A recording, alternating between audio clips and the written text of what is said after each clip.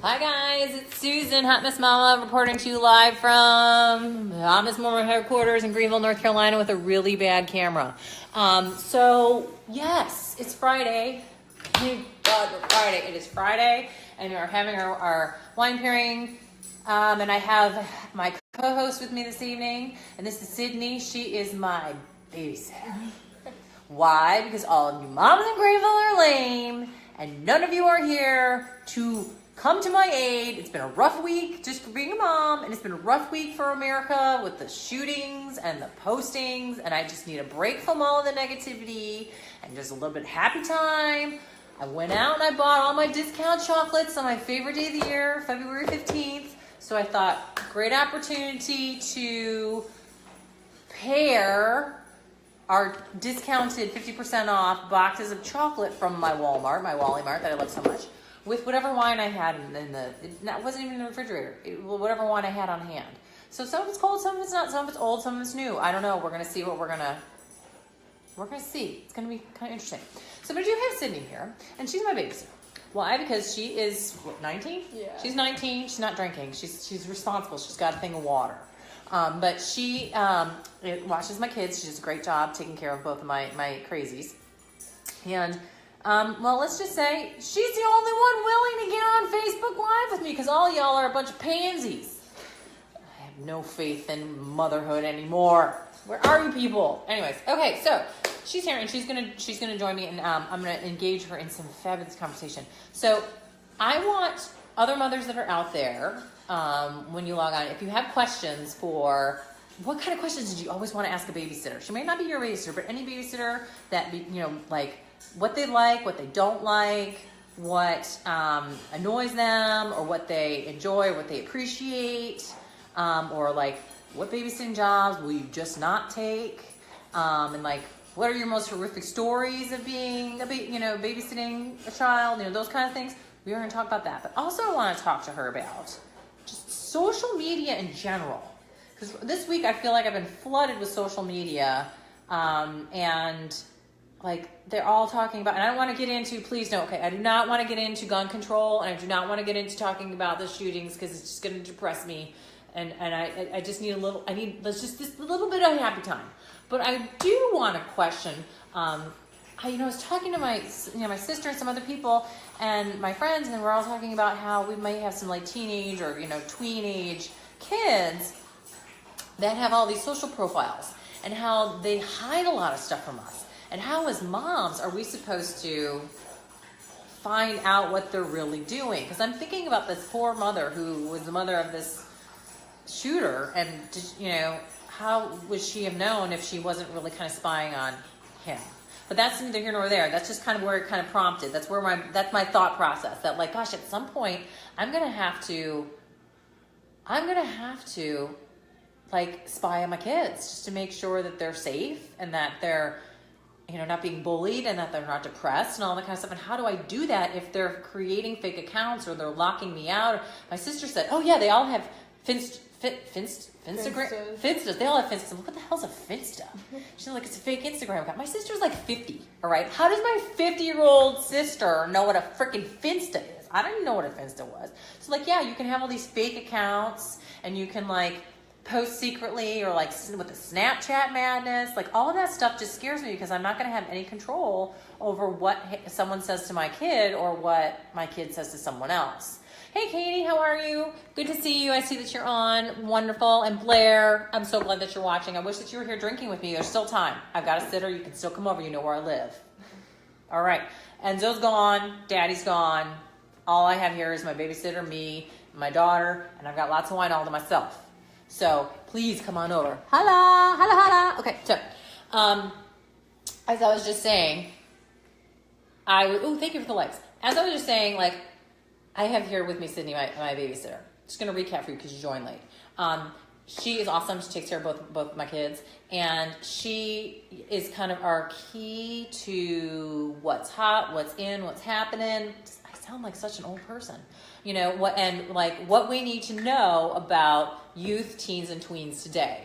Especially about like what babysitters really think about us and how we can be better to them and how they can be better to us and what they're like terrified, what horrible jobs, that they have had in the past and what great jobs they've had in the past, and how we can be better to them, and how they can teach us all, how she can teach us all about what we're supposed to do with our kids when they start to do social media stuff, like Finsta accounts, like fake Instagram accounts, and they have aliases on Facebook, and they can lie about their age and still get an account when they're 10. And, I see all that all the time. I see people trying to friend me. I'm like, she's 10. Or you see these boys, these little boys who are seeing me do these broadcasts, drinking wine and, with the name Hot Mess Mom, and they're trying to be my friend. How do we navigate that space where we're supposed to watch our kids, protect them, but not be overbearing and push them away to the point where they start hiding stuff from us? Okay, I'm drinking now. Okay, do you have your wines yet? Don't tempt me with a good time. Oh, I'm tempting you, Blair. Get in the car, Blair. I have champs. I have all sorts of champs. I can pull it out. She's a champagne lover. She got lit with me. We had great conversation last week. So this is my leftover wine from. She brought over all these Girl Scout cookies last week, and we tasted and tested Girl Scout cookies with wine last week, and some of this is the leftover wine. So, but yeah, I gotta get rid of some of these old bottles. So I figured, she's drinking water. She's a good doobie. She's drinking water. So I have all these boxes of chocolate that I robbed. I got 50% off at Walmart, and I'm going to start tasting it. And Blair, I know that you have this thing about having a key. She has this thing where she has to have a key. She can't just open. She can't be look at it. Yeah, she can't be like Forrest Gump and be like, life is like a box of chocolates. You never know what you're going to get. She's like, I need the key. I need to know which each one of these chocolates are. So I have a key for you, Blair, and I have champs in the fridge. This could be you. Come join and drag Heather with you, because I've been sending her messages all day asking her to come over, and she's been ignoring me. She's been ignoring me like the plague, right? Yeah. You can do surprises. Get over here. Okay. So I'm going to start drinking a white because, we're going to talk about wine for just a second, and then we're going to digress. Wine.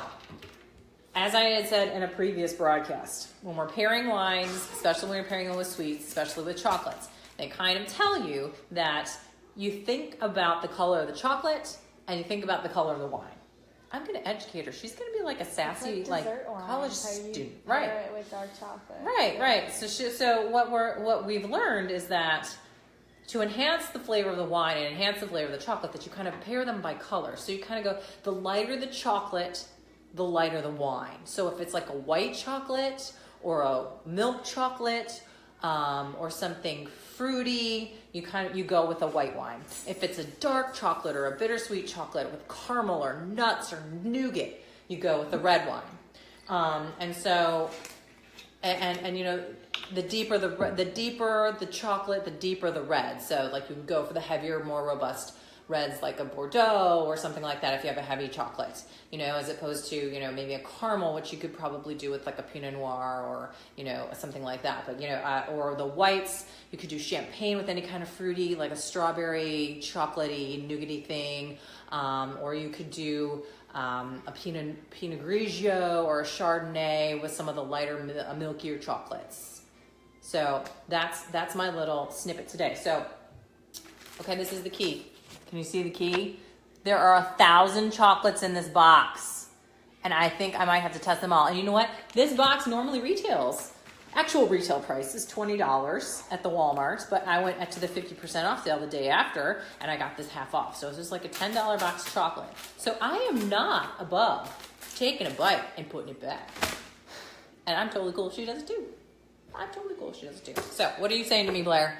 What do you mean? You mean you can't do surprises with chocolates? That's okay, Blair. Blair, I've got the key. Rest assured, no surprises here. Get over here. Yes, the Walmart. Not Walmart, but the Walmart. Right. And we also talked about Aldi last week. Yes. So, okay, I'm going to pour myself a glass of white, and I'm going to pour myself a glass of red. And you may have seen on Facebook when I was putting my last plea out there to people to actually come to my Facebook Live, whether that be online or come to join me in my home. I started drinking a little bit early because I was just like, you know what? It's been a heck of a day. I had a heck of a day. She's like, I had a great day. I only had one class. We were outside. It was so great because all the college students were out, on their front porches playing music. And I'm like, my kid had a whole bunch of sick people in her class. I was not about to put her in school, so she stayed home today. And I found her doing all sorts of things. At one point, I saw her, she unwrapped about 10 Dum Dum lollipops, licked them, and then stuck them to my leather couch. Then she found a bag of like Jelly Belly jelly beans, and she was eating them by the handful, and then telling me she had a stomachache. She had a tummy ache. Really great. And then she found like an entire like Sam's Club sized bin full of animal crackers that she cracked into, and they're all over the house. She put out a plate and like mounded it with it. It was crazy. And then she found a pair of scissors, started cutting up all sorts of important documents. She threw off her diaper. She unrolled some toilet paper. Thankfully, she didn't clog the toilet again today. That was another one that she normally likes to do. She was feeding stuff to the dog. I don't even know what she was feeding to the dog. And I was just like, oh my God. So now here's me like trying to clean lollipops off of my leather couch and scrape up, like chewed up and spit out Jelly Bellies off my floor. And if you walk around over there, be word wise, if you walk around over there over by the bathroom, you will stick to the floor. Just so that you know, you will stick to the floor. Because I tried to wipe it up and it was just sticky. She's awake now and she's eating pizza because it's Friday and we have to work. She's just in the kitchen. Oh no, she might be here. That's okay. She's good. She's quiet. She's good. But okay, so back to the tasting. Do y'all have any wine with you? Do y'all have chocolates with you? Okay, I don't know what. Okay, Blair, I'm gonna just dive. Look, ready? Is this freaking you out, Blair? Okay, so it's dark. It's a dark chocolate. It's round and got swirlies on it. So I bet you there's some kind of nougat filling. I'm going to take a bite. And because it is a dark like this, I am going to have some red wine with it. I think it might be orange. It definitely looks like it is. I don't know. Okay, her turn. Spinning. Ooh, it is orange. Ooh. Spinning around, picking random chocolate out of the box. I think she's peeking. This is orange. It's good, but I'm gonna put it back in the box. You know why? Because I can. I'm gonna taste more. What'd you get? Caramel? Caramel, She yeah. got caramel. Those are my favorite. Blair stole all the sea salt caramel ones last week. Okay, so while we're tasting these, she's drinking water because she's the responsible one in this house right now. So while we're tasting some of these wines, I want to tell you another really interesting story I saw last night on TV. Okay, you're gonna love this. You're gonna love this. There was a time, I'm getting tapped. There was a time in the Prohibition where, like, you know, obviously there was no alcohol that was to be produced or sold or marketed anywhere in the U.S. during the Prohibition, like 1920s. And so all the California wine growers, the grape growers, were like in a panic because when you grow grapes to be used for wine, they're not table grapes. They do not taste good. They're bitter. They have thick skins. They have seeds. They're just not something that you would eat. They're not meant to be eaten. They're meant to be used in wine. So all these California grape growers are like, okay, no, if we can't make wine out of it, what are we going to do with it, right? So they were trying like to sell it as table grapes. They were trying to sell it as, they even made grape ketchup. Grape ketchup. That didn't sell. I wouldn't take any grape ketchup. They also tried, like I said, to sell the table grapes. They tried to sell grape ketchup. They tried to make like these like grape juices. Nothing was working. They couldn't do anything with this product. It was like they had acres and acres of all of these, you know, vineyards, and it was like they might as well have had nothing because they couldn't do anything with it. And so this guy came up with this really like cool workaround. He found a way to take the grape juice and kind of like dehydrate it and concentrate it into a bar that looked like a bar of soap. And he marketed it, he wrapped it as a package, and he knew that he wasn't gonna be able to sell it if its intent was to be reconstituted as alcohol. So what he did is he made this wrapper that he put around this bar, and the bar said like, and the wrapper said, do not add 1 cup of water. Do not add sugar. Do not let this sit for an hour. Like basically the instructions on how to make this bar into a bottle of wine. But like he covered his hiney by saying, do not do this. Do not do that. Do not do this. those were the instructions on how to reconstitute this bar into a bottle of wine. And so he was able to then mass produce these and sell those out there. And then all of the vineyards were jumping on the bandwagon because it was the loophole. Like, the U.S. government couldn't do anything about it because technically they weren't selling or marketing alcohol. Super, super smart, right? Okay. Look what she found. What's this? Yes, it is a jelly bean. It is a chewed up jelly bean. Where'd you find it, Zana? Was it on the floor? Yes. Was it? Yes, it was one of the chewed up jelly beans from this morning. Yes. I want to have it. She wants to have it. And you know what? It's Friday, eat it, and too. I don't care. She can eat it on the floor. You gonna eat it? Yeah, she is. Look She at might chew on it and spit it right back out. Well, is it cherry or is it cinnamon? Because if it's cinnamon, I'm going to be cleaning it up on the floor. So that was a really cool story about this wine stuff. And I thought, how ingenious is that they did that? And then shortly thereafter, Prohibition went away and they started allowing production and consumption and sales and purchases of wine. And so that then the wineries could open up again. The thing is that like California wine growers, like they are world renowned now. I mean, it is their like market. It's huge. Can you imagine that? Just like that whole entire industry going away because of some law that was made. So this guy was pretty ingenious. Okay, no, stay on the wine bottles because I don't want them to break on you. Yeah, no, you can't have this chocolate. It's not chocolate. You know what it is? It's dirt. You can't have dirt. She wants to eat. She wants to eat the dirt. Everybody. She can't have any dirt as dirt. You have great pizza out there. Go eat your pizza. Okay, yeah, go eat your pizza. So that was a pretty cool story. So I'm going to have another few sips. Wait, I'm going to try another chocolate. Ready? Blair, do you have a box? Okay, I have these from last year. Okay, chocolate does go bad, especially certain kinds of chocolates. I know this because my husband was actually a chocolatier before he came here and started to deal in nuts. But so can you tell? You can tell when a chocolate has gone bad. Can you see these? Can you see that they've kind of got like a white powder or a white haze over them? They're kind of like, it's like a chalky look to them. That's called fat blooming. Fat blooming. It's called fat blooming. Now you're studying nutrition, Yeah. right? So she may someday learn about fat blooming. Fat blooming is basically when you have chocolate that has milk or has like a dairy product in it. It will bloom this kind of, it's like fur. Can you see it? Probably not. It's like a mold. It's not even a mold. I mean, there's nothing wrong with it, but it just kind of has this powdery look to it. So when your chocolates start to look a little chalky, that's called fat blooming. And they're not bad, but that just means they're going to the bad. As the Southerners would say, they're going to the bad. But you know what? That's not gonna stop me because I'm still gonna eat it. So the ones you need to really look out for are the ones that have nuts in them because nuts will go rancid and will be bad in your chocolate. So yes, I know lots about chocolate. I know lots about nuts, and I know lots about wine. So these are last year's bargain discount price chocolates, and I'm still eating them, right?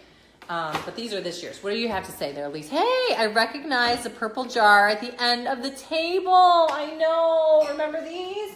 Our kids did these in like preschool. Yes. Can I have these? And what it is like it's a mason jar that the teachers painted purple, and they then like put fingerprints on.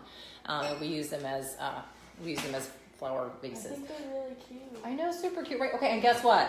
I'm so proud of this. I am so proud of this. These roses were $2.97 at Walmart the day after Valentine's Day. Why do I love the day after Valentine's Day. It's like my favorite day of the year because that's where I go and I get everything 50% off. Whatever is left, that is. I was surprised this year it was completely picked over. Now, did those come from my husband? No. Did anything come from my husband? My husband bought me a bag of Hershey's Kisses. Okay, that's better than nothing. I asked for him to empty the dishwasher. That didn't happen. I was taking bets on that. I knew it wasn't going to happen. Didn't happen. He did give me a bag of Hershey Kisses. And I bought these for myself, as I did these chocolates. But you know what? This is probably my favorite part of Valentine's Day. You see this? Yeah, it's a shot glass. It's full of weeds. My son has been picking them for me for the last 2 days. He comes to me every day and picks these little weeds and puts them into even a little dandelion. See that? Yep, that's the stuff. So, okay. So, we're going to start asking her some questions now because we've got a live body here, folks. I love those teachers. I do too. We've got a live body here. Okay, she is 19-year-old ECU college student. She's babysitting my kids. What questions do you want to ask her about babysitting? Like, do you want to ask her what was the worst babysitting job she ever had? Is there ever a babysitting job she wouldn't take? What kind of things do you look for in a family? I don't know, like, what do you want to ask her about babysitting? Like, or like, how do we lure in a babysitter? How do we lure them in and keep them, right? Because having a good, our problem here in Greenville is that we find a good babysitter through the ECU system, and then they graduate and we're screwed, right? So we have to hope, we want to hold on to them from like their freshman year until they're like a senior, because that'll get us through the toddler years. But yeah, so we got to find one young and keep them happy for 4 years, and then hopefully they'll have a friend and turn over the babysitting job too. But you just get so attached to them, like we love them already. Like my kids love her, like, you know. And so I just like, I can't imagine what we're gonna, you know, do with having to find another babysitter. We've gone through a couple of babysitters just because they've, you know, either graduated or they have, you know, scheduling conflicts or what. They say scheduling conflicts, but I'm not sure if they really are. If they just think my kids are hellacious. But she's staying around. She's been here with us for a couple of months now. We still have her. She hasn't run away. She hasn't fled for the hills. So what do you say? Do you ever wonder if nanny cams are watching you? Yeah, I do, actually. You do? She wonders. So tell me about that. Tell us more about that. I don't know. I feel like some parents would definitely do that. Like, my roommate, Nanny, is this little girl, and she's like, I always wonder if her parents just have cameras in the house to see what I'm doing all day with their kid. Yeah.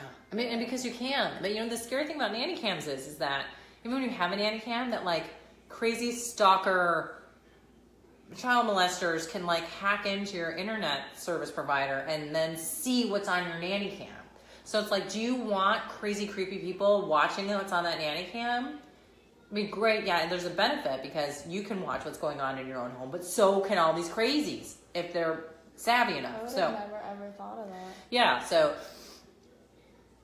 Some people just have cameras in their house anyways, though, to watch what's going on. Yeah, and they've got security cameras. And there's a part of me that says, at some point in my life, am I going to want a nanny cam or a security camera kind of thing to watch my kids as they get older? You know, there's going to be those nights where I'm going to go out on a date night. Okay, when hell freezes over, my husband's going to take me out on a date night, and I want to be prepared, and I want to be there when my kids, she's wiping her snot on the back of my shirt right now. Wanting to watch my kids, you know, if I had to, or like, you know, just make sure that they're okay, that they're not doing anything, or, you know, it's one thing when you have like a house alarm, and another if you have a camera. Like, I think it's cool to have a camera at your front door when the doorbell rings, you want to know who's there, and I kind of think it's cool to have cameras at other entrances of your house, but like inside your house, watching what your kids are doing. And then what kind of trust does that breed, right? Same thing with the babysitters. Like, what kind of trust does that breed? Like, do you feel like insulted when someone has a nanny cam? Yeah, definitely. Do you? Yeah. Do you? I mean, a little bit, yeah. It's just like, you don't trust me to watch your child while you're out doing whatever you're doing, you know? Yeah. But I will tell you, what is it? Yeah, Elise, I know good stuff, right? Oh, hey, Christine. Oh, it's 6 o'clock yet? No, you have a half an hour, but I still think that you could so hide something in a tumbler. You'd be fine. Are you working from home today, Christine? Okay, so like, I totally get that. Like, as a babysitter or a nanny, I would kind of feel like, really, you don't trust me? But at the same time, I will tell you, and I told her this, that like, I randomly had to be doing some background checks for my mom. She was asking me to do some background checks for some caregivers for her. And I was like, okay, I've got this free background check software. I probably should check the backgrounds on my previous babysitters or babysitters I'm looking to employ. Well, you know, because I'm looking for a new one. I did background checks on all these babysitters that I have used or that I was intending to use. And one of the babysitters that I had caring for my kid for like months, like every day after school, had a criminal record. Did I tell you this? She had a criminal record. And I could see what, you know, I couldn't see what the exact charges were, but like I could go and search online then find out that she had a criminal record. So for like 4 or 5 months, this criminal record babysitter was watching my kid. And for all I know, it could be nothing. I mean, it could be like something, you know, like a misdemeanor or something small. But still, the fact that that was not disclosed to me, like, I freak out when a babysitter has like bad driving record because she's driving my kids around, let alone a criminal record. And that was not disclosed to me, so I'm like, okay. And I kind of went to her friends that like recommended her. I'm like, what do you know, kind of thing. And they're like, oh, well, we don't know anything about that. So like, she didn't even tell her friends that she had a criminal record, let alone tell me that she had a criminal record, because she knows that she wouldn't be employed. So there's that other part of me that kind of goes, and I seriously think that she was stealing liquor out of my liquor cabinet. because I remember like coming home one day, I'm like, wow, this bottle of like ginger liqueur. Like, who drinks ginger liqueur? It's not rum. It's not vodka. It's not gross. Right. It's like it's called Canton. It's a ginger liqueur. Like, who drinks that? Let alone a college student was like down to like nothing. And I'm like, where did that go? Or like, you come home and like the babysitter had like, she literally didn't, my daughter would scream bloody murder whenever this babysitter would come over, to the point where like this babysitter had to pick up my daughter from school, and the teachers came to me and said, there's something wrong. Like, your daughter is genuinely terrified of this babysitter. It's not just a like little bit of stranger anxiety. She is terrified of her. And so I'm like, okay. So I kind of watched her for a while, and I kind of saw these other things like, okay, so the liquor was missing, and my child's terrified of her, and like she would babysit for like, a date night or whatever, and I would come back and my house would be completely a mess, and like the kids weren't fed, they weren't bathed, like she was literally sitting on the couch on her phone for the entire time I was gone, and my kids weren't even asleep when I got back home. So I was like, but I was like, beggars can't be choosers, she's a regular. No, she's a regular. And so we're gonna, so, but yeah, in hindsight, moms, I know that it costs like $40 a month to get the background check software. It's well worth it. Get it. Check your babysitters, because you never know. I mean, like I won't go so far as to have a Nanny Cam, but after that experience, I was like, at least I'm going to background check my people. Yeah. So have any of you ever background checked your babysitters? Have you? Yeah, why? Oh, what? Yeah. What did you say, Christine? What did you say? Okay, I'm really WFH. What does that mean? I don't know. She doesn't know either. Okay, so I'm not really that lame. I just don't know what WFH means. I don't know what a lot of the. I don't either. You know what, too? Okay, you need to tell me. You need to school me on this. Okay, you know how a lot of like people now use like emojis to communicate stuff, and like certain emojis don't really mean what they're pictured to be. Like I know that like some of the stuff is really phallic and sexual, like eggplants or something, and like, okay, I don't know what any of that is. Moms, we're so screwed. Do you know what any of that stuff is? She's gonna tell us, because I don't have another sip of my red wine. She's gonna tell us. Okay, tell us what all the bad ones are. Tell us what all the bad emojis are. She's getting out her phone, ladies. She's I don't know. I use like the same 3 ones. She uses the same dirty emojis. I know that eggplant's a bad one. Eggplant's like a penis, isn't it? Isn't an eggplant's a penis? Mm-hmm. So when you see your kids texting something about a penis, I mean an eggplant, not good. That's scary. What? Work from home. Okay, you're working from home. Okay. Yeah. Christine's saying no babysitters here, only family. If I have family here, like I have no family here. I'm in North Carolina, and everyone that all of our family is in Chicago.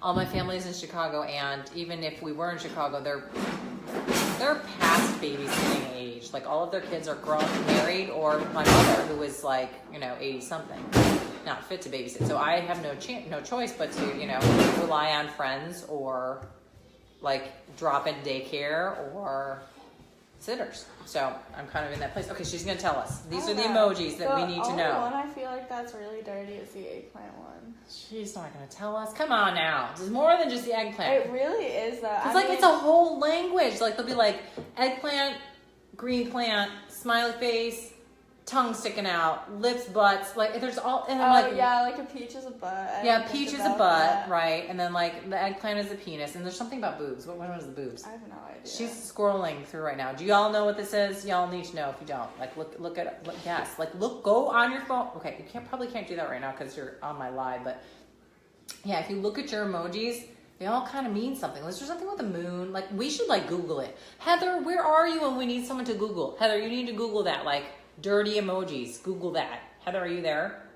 Heather, Google. Or Christine, I know you're supposed to be working, but you're on your computer. Can you Google that? Find out what all the dirty ones are so that we can keep looking for our kids. Christine, you're schooling me here. I know, right? Like so scary. So like we're looking at our kids' stuff and it's so innocent and it's not.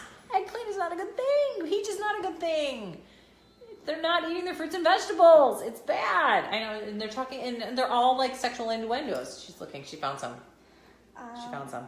The one like this is normally like a reference for like different things to do with sex. This is bad. This is okay, so stop doing this, moms. I do this all the time. And but I mean, I also send that like if I'm just saying okay to someone. Can't you just do a thumbs up? Like a thumbs up? Is that the... Yeah, that works too. Okay, do a thumbs up? Okay, and then like, okay, so what are the other ones? Okay, so what are the other ones that you sent? So she's a college student. She's going to tell us everything. She knows this stuff. She knows how to have a Finsta. She knows how to... A lot of people have Finstas. I know. Like, I feel like I should have a Finsta. You know why? Because I started going like public with Hot Mess Mama, and I have all these creepies. All of these creepies are creeping like in my life, and they're like, they don't even speak English, and they're from some foreign countries, and they're like, hi, can I be your friend? Hi, I like you. Hi, can I kiss you? I'm like, this is creepy. So I have to block them. I'm doing a lot of blocking. So she's looking. She's continuing to look. So those are like really the only. So is this what I think it is? Not really is this like anal? What is this? Like any type of sex, really. This is any type of sex. So your kids. Any type of sex, bad. Eggplant, bad. Peach, bad. What else? Like some of the different ones, like the faces, like can be used for like sexual reference. And Faces like can be. Most of the things like have to do with like some sort of sexual reference. I know. That's why we need to know what this is, because I don't want to be texting my 20-year-old nephew something that's gonna be. He's gonna be like on the other end going, "She's such an old woman. She has no clue." She's gonna tell us. What else? That's really, no, I swear, that's like really it. But, I mean, you really could do anything with any of them though. Or like people will use different ones for like drugs or like alcohol. Ooh, okay. Like other ones will do drugs and alcohol. What are those ones? Because we need to know. Okay. We need to know. She's looking them up. And then I want to ask her about, so I said to my sister, I'm like, how do you know if they have a Finsta account, like a fake Instagram account? How do you know that? She's like, you have to kind of follow their friends. You follow their friends to find out what their Finsta accounts are. Some people you have no idea because they'll make a username that has nothing to do with them, and their name won't even be their name, and their picture would just be like something random. Right, but like if you follow their friends, yeah, you could. Then you can through the back door find out where their Finsta accounts are. But still, like our kids are gonna have Finsta accounts, and they're gonna be texting eggplants. What the heck are we gonna do? Yes. So no, this doesn't always mean okay. This does not always mean okay, Blair. I know. WTF. Like, okay. My daughter literally. Wait, my daughter just launched her baby doll onto the table right there. Okay. Yeah. Puppy dog pals and pizza aren't making this any better. But yeah, so yeah, no, I know, right? Like, so all this stuff that we think is so innocent, and we are sounding so old because we don't know what any of this is. Like, we are. Oh, well, you might not. You're not Blair, and you're not Heather, because you're like barely 30. And I'm in my 40s, but like, I remember when like MySpace was here, and like it was like, do you have a MySpace account or do you have a Facebook account? And no one now everyone has Facebook accounts, and like your grandmother has it. My 87-year-old dead father has a Facebook account. Everybody has them. So I also need to know. Do you know how about this work about this? Like if you see like on Facebook or Instagram or Twitter or whatever, people that have verified accounts, what does that mean if you're verified? Do you know? Like if it's like someone famous. Is that what it is? Or is it just like we're verifying that this is not a bot, or this is like this person's actual, like there could be 10 Kim Kardashian like accounts that people have created, like and we need to know what the actual verified Kim Kardashian account is. Yeah, but it's like on Instagram, like there's a little like, I think it's a blue star like next to their name, so you know it's that like they're verified. Actually them. Yeah. Yeah, right. Okay. So you need to know about verified so that you know who are like legit people on the internet versus like copycats. You need to know about your emojis. You need to know about Finstas. Now, but you could also do fake accounts on Facebook and on Twitter and on Snapchat. Yeah. How do you do that? You just create a different account. But like, can you link the accounts? Or do you have to like continually search the two different? I need it. Instagram, you can link it, but I don't know about Facebook. I don't know why you would make a fake Facebook account though. I only use Facebook to keep in touch with family and let them know what I'm doing. Strawberry. Ooh, it's strawberry and kind of nutty. But I have some like that. Okay, but you have privacy settings. Mhm. And you can block people. Mhm. You can block people on Instagram. You can block people on Twitter. You can block people on Snapchat. And Facebook. I know, because I've been blocking all sorts of people from India and Timbuktu and Paraguay who want to kiss me. So,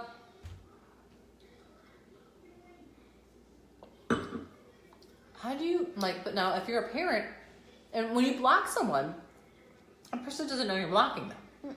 No, they don't know. So, like, your kid could block you. I mean, you would know. You wouldn't be able to look at their account. So if you were following them or friends with them and they blocked you, you'd be able to know. So, here's my question for you. Alright, are you on your parents' like cell phone account? Like, do you have a family account or do you have your own independent account? No, I have one with my mom. Okay, so are you an iPhone? My So mom, she can track you. She tracks my location, yeah. She'll text me and be like, why aren't you in class right now? Does that make you crazy? Sometimes she lives 600 miles from me, so she's like, I just want to make sure you don't end up dead in a ditch. Well, that's pretty cool. Yeah. She's from New York. Another northerner. That's why we get along so well. So, I will admit that I have an iPhone, and I also track. My husband and I are on the same account, and I track my husband. Because as we know from previous broadcasts, my husband is a spy. He's a Secret Service agent, and I don't really know where he's going and what he's doing at any moment in time. But I can find out really where he is unless he's sending his phone along with someone else. My husband would be like, she doesn't know this yet. My husband would be like, hey, I'm coming home early for work, but I'm just coming to get a bag because I'm going to Vietnam tonight. Don't you need a visa for that? Yes, I have an open-ended visa for that. Okay, husband's going to Vietnam. When are you coming back? I don't know. How can I reach you? You can't. I'm going to the plantations. I'm going to the nut fields. So I really think my husband is a Secret Service agent because it's just crazy that he has to like jump on a plane at a minute's notice and fly out to these places. And so I'll track him. And I'll see that he's like in, he's in Vietnam or he's in, Mumbai, India, or he's in, Chile, Santiago or whatever, or wherever he is. Or he'll be in like, Arkansas, Omaha.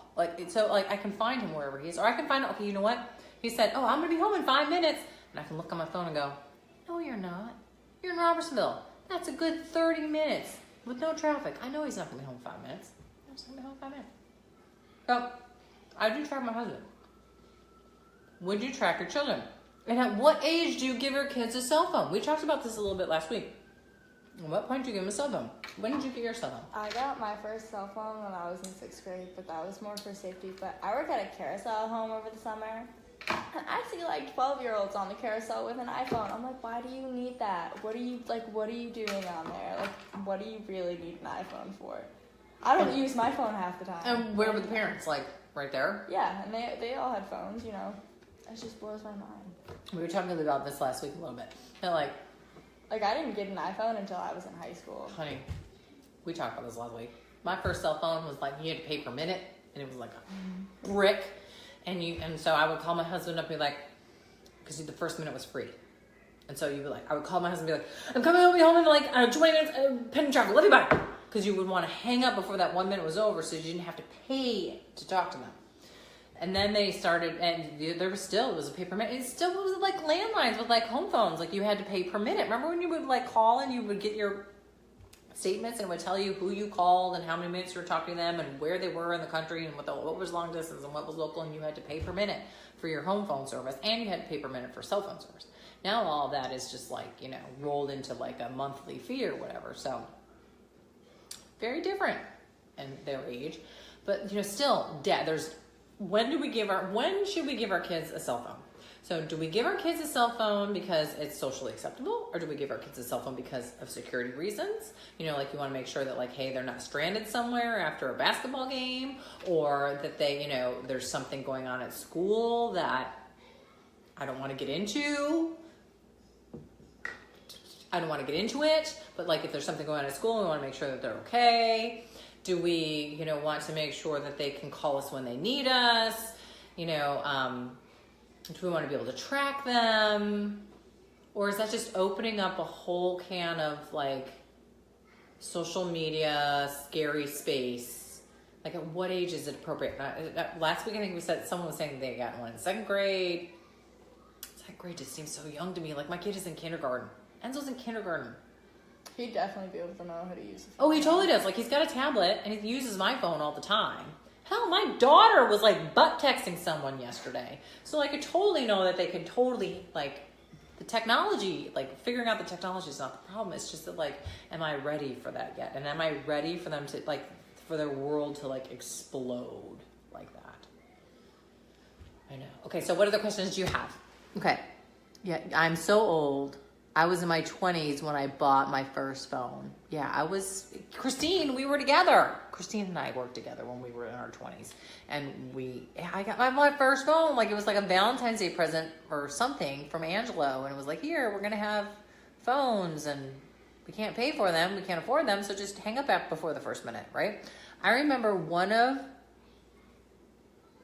Helen's schoolmates had a phone in 2nd grade. I know, 2nd grade. Okay, Blair, if you're still here, Heather, if you're still here, when are you going to be prepared to have a cell phone? And this is something else that really annoys me. Can they even have cell phones at their school? Our kids go to a private Catholic school. I don't know any of them that actually carry cell phones. And that's something that really scares me. And like, so our principal wrote a note this week saying, you know, in light of the events that have happened in Florida, we're going to be revisiting our security policies and our security procedures. And so I was thinking to myself, I know that we all think, oh, how terrible. My kid is so young and is so addicted to their tablet, their cell phone or whatever. And when is it too young? But I think, okay, if my kid was in that situation where there was something going on at their school and I wanted to make sure that they were okay or, God forbid, alive, I would want them to have that phone on them. And I think, like, we are no longer, and this is something I've, like, kind of put out there to our, like, our kindergarten class. I had said, you know, our teachers, our new principal at our school had said that our teachers are no longer allowed to text with the parents, that we are supposed to be communicating with them via email or calling to the main office. So, like, last year was great because we had these great teachers who we could text in a moment's notice and say, hey, you know what, I'm coming early for Enzo, or I'm coming early for my daughter, or whatever, or, you know, how's she doing today? She was kind of feeling funny this morning, or something like that. Or the teachers get texts saying, your kid did great, she got her clip all the way up to the top of the board, or your kid is feeling sick, you might want to think about coming to pick them up, or, you know, that kind of thing. And so we had this constant communication back and forth with the teachers. Well, they now banned that kind of communication, and so we can't talk with our teachers anymore like that. And I get it. That's a disruption to the class, but at one, you know, there is a security angle there. And so, like, if our kids had to be huddled in a closet with their teacher, we would have no way to get a hold of that teacher to ask them if our child was okay, because they wouldn't have our cell phone numbers on hand.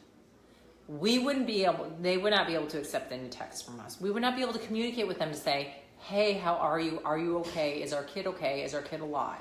Because the principal has dictated that we can no longer text to the teachers. So granted, I think that we should have a policy in place that says, these are the types of communications that are acceptable to be texting to your teacher. And these are not. Like, hey, how's Sally doing? Is she happy today? Not so acceptable. Hey, I hear there's a shooting at the school. Are you alive? Okay, that falls in the okay category, right? So I kind of want to talk to our principal about that, about kind of broadening his thinking and opening up, you know, that line of communication just for a security standpoint. I don't know any kids that carry cell phones at our school. They might. Do any of you parents from Greenville that go to our school have kids that are old enough to have cell phones, and do they carry them? Are they allowed? I don't even know. We got to check the handbook. Look, if she had some sort of beverage in there that was alcoholic, she'd be taking a sip of it right now. When I was in middle school, we weren't allowed to carry our phones with us. We had to leave it in our lockers. And right. We weren't allowed to have them in class or anything. But in high school, we could carry them around. They didn't really care. Right. And I said that, I asked my sister that. I'm like, I don't get it. How do these things happen where someone just kind of walks into a school and causes terror, right? And she's just like, well, a lot of the schools in the nation are open campuses where there is no front door. There is no, checkpoints. They just it's an open campus, and thousands of kids are walking from building to building from it's a campus. as opposed to our schools in like the colder climates where it's all enclosed and you have to go in through one single checkpoint and be, you know, granted entry. I know that like a lot of the schools, our public schools here, even in Greenville, North Carolina, kids have to go through metal detectors and they have security guards at the front. But you know, to that point, they were just kind of saying that's not going to stop someone who's got impulse control issues to just shooting that rent-a-cop and walking right into the school, right? Or shooting that like administrator and walking right into the school. I know I said I wasn't going to talk about this, so I'm going to stop talking about this right now. But I just think as much as we're freaked out about our kids, like getting to that age where they need to have cell phones and get involved in social media, there's pros and cons. There is a safety angle there. And I think that we really need to kind of find a happy medium and figure out what the perfect formula is for our kids, right? And the rules. We need to set rules for our kids. And what are those rules? I don't know what any of those are because, like, seriously, I'm potty training one right now. Like, I just want her to poop in a potty. I just want her to poop in a potty. But I know that this is going to come soon. So, yeah, we're going to get down because I don't want you to get hurt. But, like, so, and I talked with my sister about this, and she kind of said, like, her kids are in high school. And they were like devastated by the news of this because they were actually really sad and crying over it because they're like, I'm afraid to go to school. I'm, you know, and it could happen anywhere. We could be afraid to go to school. But like you saw this and being a college student, how did that? No, that's dirt. You don't want any of this dirt. Being a college student, what did that like? How did that resonate with you? Like, were you like, oh, I'm afraid to be on campus, or I'm afraid to go to my or it could happen here, or what would I do if it happened here, or like, how did that affect you? I mean, if something were to happen, it's gonna happen. You can't really like stop your life because of it. Yeah, I think that's a really mature way to look at it. Kind of go, you know what? I'm not gonna cower in fear. I'm gonna continue to live my life and hope that, you know, that there are security measures in place and just try to be smart about it and do what I can. It's like being like everything that happened in Vegas. It's like people like, why are you going to be afraid to go to a concert because something might happen? Like, you can't stop your life just because people are crazy. I know. And like I did a Facebook Live like Christmas Eve, and how I was like completely like it's like, oh, how nice that police officers here celebrating Christmas Eve, and I'm like, wait a minute, that police officer's not here celebrating. That's my daughter. She's. Do you want to turn them back on? Found a stool and turned the lights on and off. But so we're gonna wait till she turns them back. Hey, can you help me by turning those back on? Nope. Can you turn them back on for mommy? So like they were there. Thank you. So good. Good job. So they were there to protect us. I was like, really? At a Christmas Eve mass? We had police officers there trying. Like, I never would have thought. I mean, these are our sanctuaries. Like, these are places of like, you know, holy worship and schools, and these are places where our sanctuary where we think nothing could ever happen to us here. It's like what happened in Charleston. Yeah, at the church. I know, it's like nowhere. So, but what are you gonna do? Like, live in a bubble, right? So you can't live in a bubble, and you got to keep on living, but you got to be smart about it, and you got to hope that these places that you're going to are also being smart about it. And I don't know. I as much as I said, I just want this to be a happy broadcast. I've kind of gotten I've veered off track, and I've kind of said all these crazy things about the sadness. I was just going to say this one more thing, and I'm not going to say anymore. Like, I went out on Facebook, and I put a post out there saying, like, there's a picture of this mother. Zana. No, ma'am. Don't No, ma'am. Thank you. Did you eat your pizza? Go get your pizza. I'll get you a jelly bean. Or you can just pick one up off the floor. Put a Facebook post out there, like a picture of a mother who was, you all seen this iconic picture of this mother who's like holding another person, and she's got like a cross on her forehead from Ash Wednesday. Like, Ash Wednesday, Valentine's Day, and this shooting all happened in one day. And I'm thinking, I don't think I'll ever feel the same about this day ever again, because this is something that's like burned in my brain, right? So I put posts out there saying, like, you know, let's all pray for the moms that are like moms in general, like moms that are moms of the victims, moms of non-victims, moms that are just scared. Let's just pray. Let's pray for the moms. And I got so many replies saying, we're done praying. Like, we need to take action. Prayers aren't working. And I'm like, okay, Like, I get that, but like, what else can we do? What else can we do? Like, I feel so helpless. I feel so helpless and hopeless and scared all at the same time. And so I thought to myself, and this is something I wanted to kind of put out there tonight for moms that might be out there. Whoever is still out there. Who's out there with me? Melissa Beck. Okay, so, hey, Melissa. So I'm thinking that I'm going to start an online petition. I think I'm going to start an online petition to kind of start people. Well, I know everyone in the world is probably starting petitions, and we probably feel like our pleas are falling on deaf ears, right? But like, I think I'm gonna, like, I felt like these mothers and these other people were like bashing me, kind of saying like, we don't need prayers, we need action. Like, stop with your prayers. Sit down. But I'm like, okay, prayers are all that I feel like I can give right now, because I feel like no matter what I do, the government or the authorities or whatever aren't going to be able to, they're not going to make change. I don't know how to affect change. All I know how to do is pray in this situation. And pray for understanding, pray for peace, pray for healing. But like, they were like, we don't need prayers, fuck prayers, blah, blah, blah. I'm like, okay, like I just don't know what else can I do? So I'm thinking about starting like a petition. I mean, I know everyone's probably starting petitions and they've probably all been done before, but I'm thinking about starting a petition like online and like linking it to my this Facebook profile, and like having moms or whoever come and like click the petition button or whatever and have them register on this permission site or whatever on my Facebook site that we are really seeking gun control change. Because if you see all of this stuff that's going out there right now, they're saying the murders that we're seeing are done with assault rifles that they're not needed. There's no purpose for them besides mass destruction.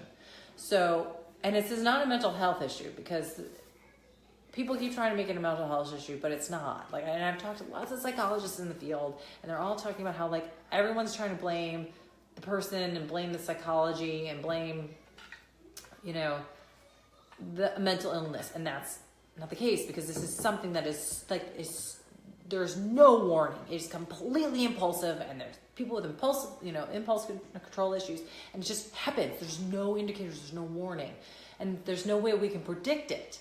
And so the only thing that we can do is try to eliminate these like assault rifles, right? So I'm thinking, okay, do I start a petition online? And I'm sure there's, like I said, others that are starting a petition online, but like I could at least do that. Like, I don't know what else to do. Like, what can we do? What can you do? What are your ideas on what you think you can do to try to affect this change? What would you do? Is anyone doing anything on campus to affect change? No one's really talking about it. Really? Why is that? I don't know. I mean, in college, people don't always watch the news or listen to the news or read about things. People aren't as self-aware. But I don't think automatic weapons should be sold to anyone, or semi-automatic. If you want to hunt, you can have a hunting rifle, but besides that, like... I will tell you, my father was an NRA member. He had all sorts of guns in his arsenal. I used to hunt with my dad. I've shot rifles, I've shot pistols, I've hunted. We have a gun. We haven't used it since we purchased it, but we've got all the permits and licenses for it.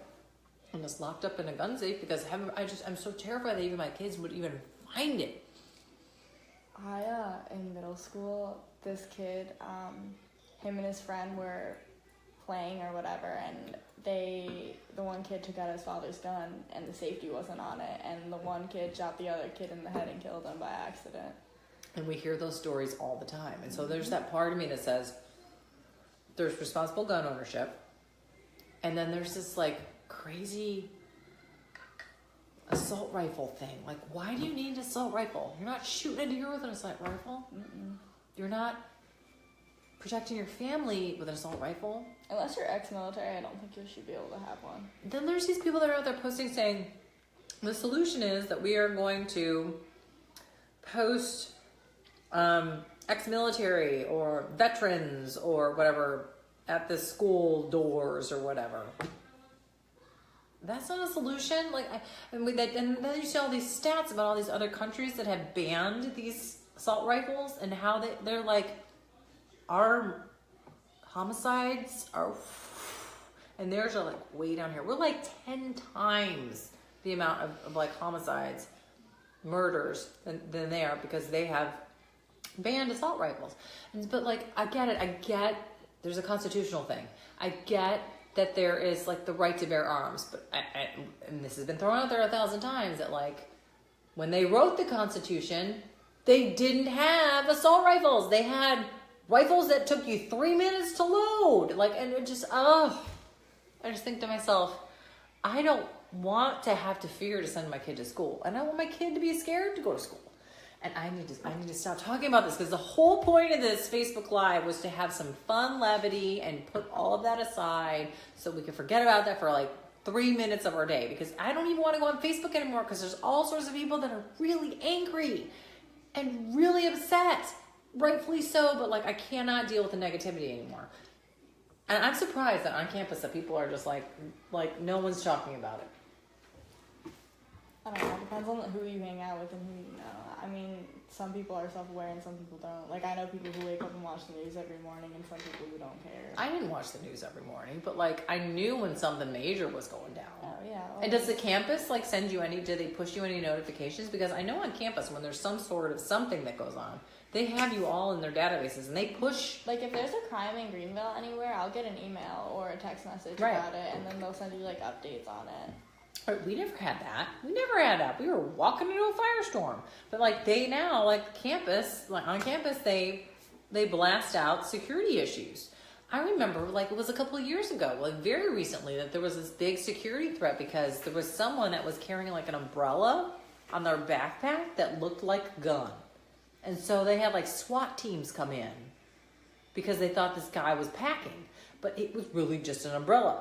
But it was all over the place. It was all over Twitter. It was all over Facebook. It was all over like all of the like neighborhood sites and all of that, because they were terrified that this was like someone who was ready to open fire, but it was really just an umbrella. But like, who cares? It was an umbrella. We know. And we're okay with that because it wasn't what we thought it was, right? What are you saying, Blair? Blair, the umbrella man. I know, remember? Hey, Katie Swanson, how are you doing? Oh, yeah, I know. No. Oh, yeah, no. Yeah, no. Those are empties. Oh, yeah, this is dirt. So that's kind of what my thought process is on all of this. And I really feel bad because the whole point of this was to be a wine tasting with discounted chocolates and avoiding talking about all those things because I feel like I'm inundated. Like, I don't even want to look at Facebook anymore. Like, are you even is anyone even talking about it on Facebook, on your circles? Facebook in a couple days. Instagram? Nothing? I haven't seen anything on Instagram. Twitter? I don't use Twitter. She doesn't tweet. I don't like Twitter. Do you snap? Yeah. No one's snapping. No one's snapping. She doesn't tweet. Nothing on Instagram. Like, nothing in her, like, social circles are talking about it. Like, not her age group, her social circles aren't into this. But, like, as parents, I think we're just freaked out, right? And I really, really, really wanted this hour to be just like, hey, let's have fun and laugh and drink and eat lots of chocolate. And on this Friday, where Catholics can't eat meat, but we can eat chocolate, we can drink alcohol, it'll be really great.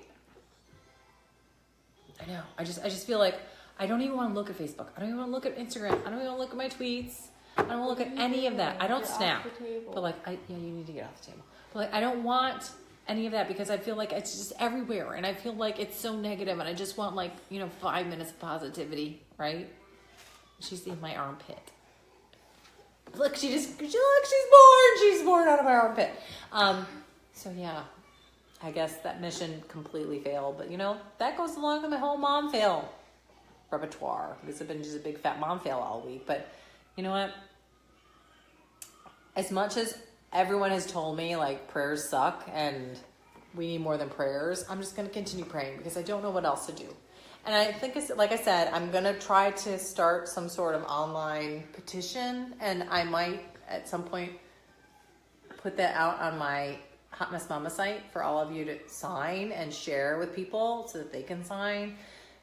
I just feel like I need to do something else. I feel like praying is great and God is amazing and God will make anything happen, but I feel like I need to move some more mountains, and I feel like I need to do something more, and I don't know what else to do besides to petition and try to bring this to the forefront, to bring this to our legislators.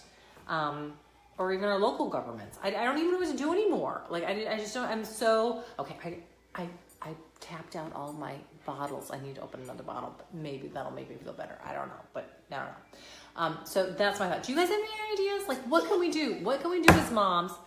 That's what Zana says. What can we do as moms? That's what Zana says. What can we do as moms? Like, what can we do? What do we do? Will you sign my petition?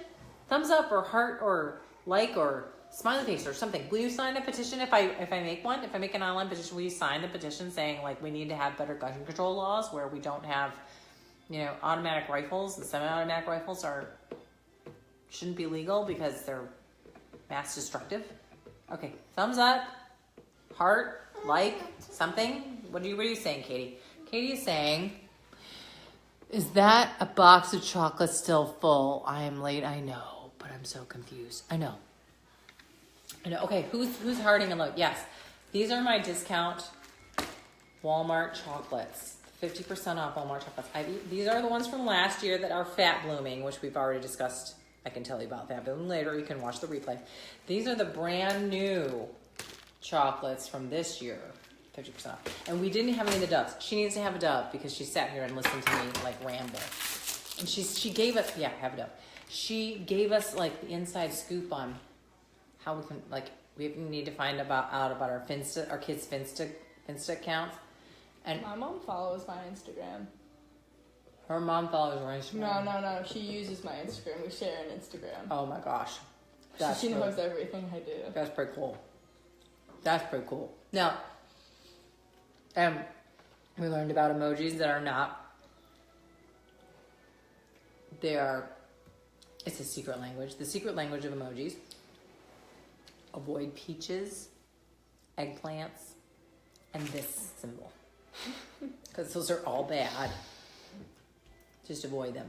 So, on that note, if you're willing to sign a petition, I will figure out a way to do an online. I know there's a way to do an online petition. I would really appreciate if you would sign that online petition to try to ban semi-automatic weapons and automatic weapons and push that out to all of the friends that you know so that they can come and sign the petition. I'll push it up to whoever I can.